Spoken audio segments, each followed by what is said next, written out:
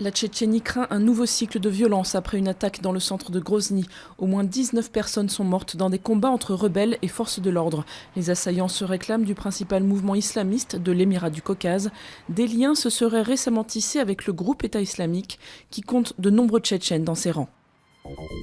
Après les libéraux, c'est au tour des urgences d'appeler à la grève pour Noël, une période où elles sont d'ordinaire fortement sollicitées. En cause, la pénibilité de leur profession. Si des perturbations sont attendues, la mobilisation des urgentistes ne devrait toutefois pas déstabiliser les hôpitaux. Après son numéro 1, l'UMP a son, ou plutôt sa, numéro 2.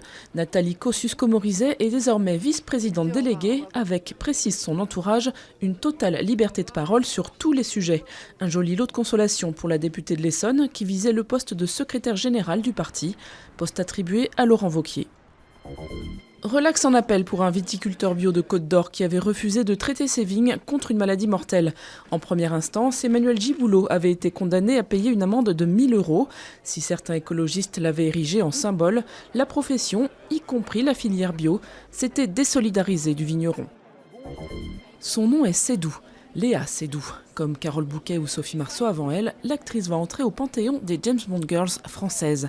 Dans Spectre, le prochain épisode des aventures de l'agent secret, elle partage l'affiche avec Daniel Craig bien sûr, mais aussi l'italienne Monica Bellucci.